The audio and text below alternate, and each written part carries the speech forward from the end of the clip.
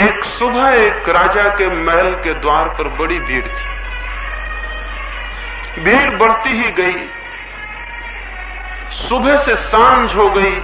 धीरे धीरे पूरी राजधानी ही राजमहल के द्वार पर इकट्ठी हो गई। एक बड़ी उपद्रव की बात हो गई थी, एक बड़ी उलझन की बात हो गई थी। सारा गांव उत्सुक हो गया था। राजा बड़ी मुसीबत में पड़ गया था।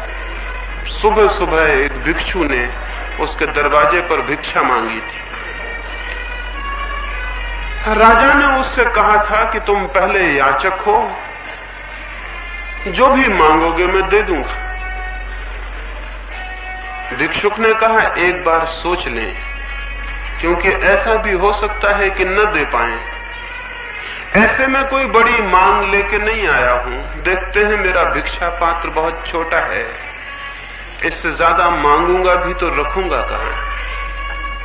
इसलिए घबराए ना, मांगूंगा तो छोटी बात, लेकिन हो सकता है उसे भरने में राजा भी कमजोर पड़ जाए, छोटा पड़ जाए। इसलिए सोच लें और फिर वचन दें। निश्चित ही राजा को चुनौती लगी होगी, निश्चित ही राजा के मन को चोट लगी होगी।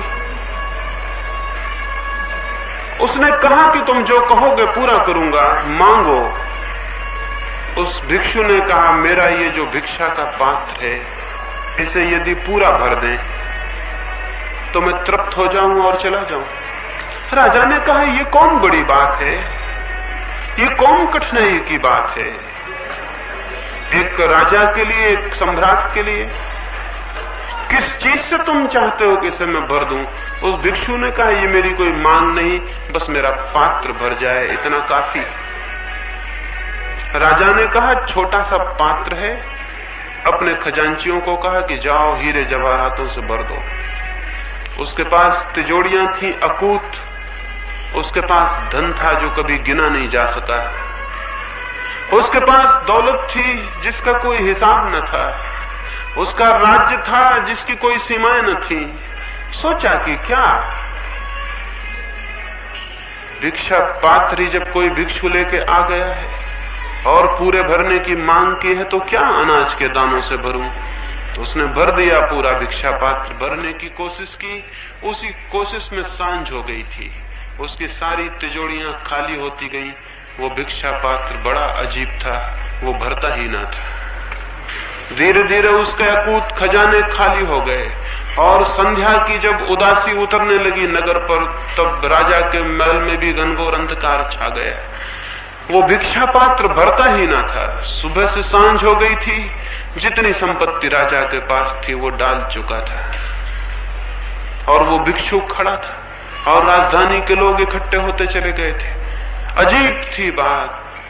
भिक्षुक बड़ा साबित हो रहा था सम्राट से। हमेशा ही ऐसा हुआ है, भिक्षुक हमेशा सम्राट से बड़ा है।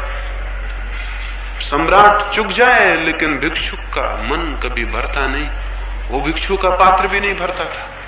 आखिर राजा ने कहा क्षमा कर दो, भूल हो गई। भिक्षुक ने कहा पहले ही कह देते तो इतनी देर मुझे क्यों खड़ा रहना पड़ता। इतना ही तो कहना था कि नहीं भर सकूंगा, मैं चला जाता। राजा ने कहा लेकिन जाते समय इतना बता जाओ, ये पात्र कैसा है, ये कैसा मैजिक, ये कैसा जादू का पात्र है, ये भरता क्यों नहीं। उस भिक्षु ने कहा इसमें कुछ रहस्य नहीं, एक मनुष्य की खोपड़ी से इसे मैंने बनाया है, इसमें कोई जादू नहीं। मरघट से खोपड़ी खोद लाया हूं, उसी से इसे बनाया है। अब इसे दुनिया में कोई भी भर नहीं सकता है। मनुष्य के खोपड़ी में जो बैठा है मन, वो कब भरा जा सका। कौन सा मनुष्य का मन भरा जा सका है, कब भरा जा सका है। और क्या पता है कि मन बिल्कुल भिक्षुक है। मन एकदम मांगता ही चला जाता है, मांगता ही चला जाता है। मन के मांगने का कोई अंत नहीं आता है। कितना ही मिल जाए तो भी मांग समाप्त नहीं होती है।